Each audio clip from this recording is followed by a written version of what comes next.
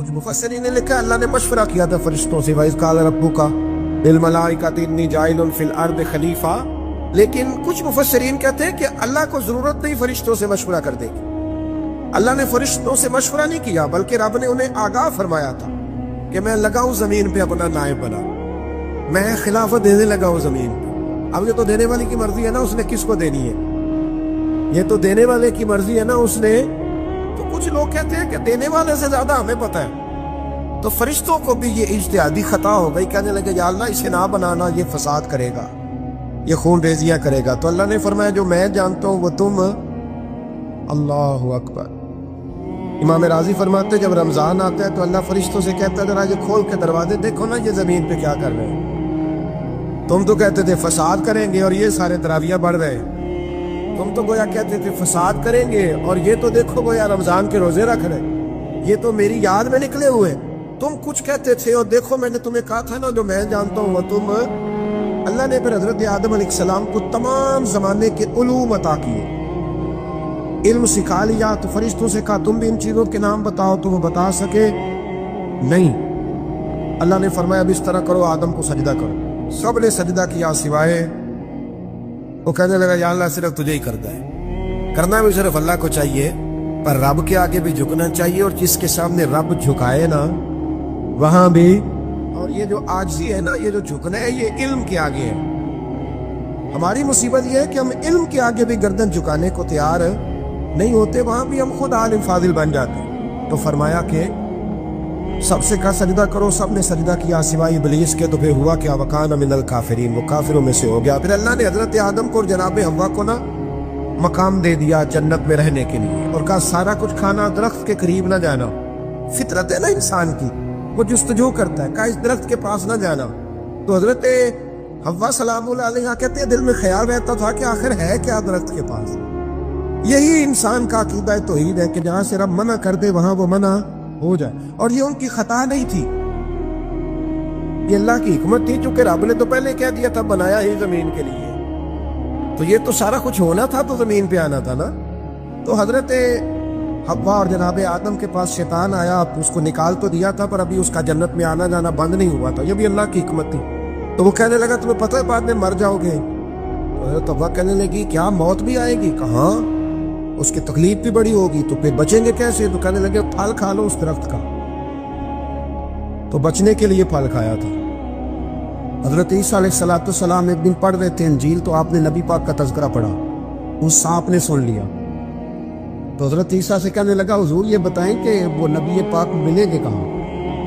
تو حضرت عیسیٰ فرمانے لگے کہ مکے میں آئیں گے اور مدینے میں رہیں گے۔ تو کہا ملاقات کیسے ہو سکتی ہے؟ فرمایا چلا جا مکے۔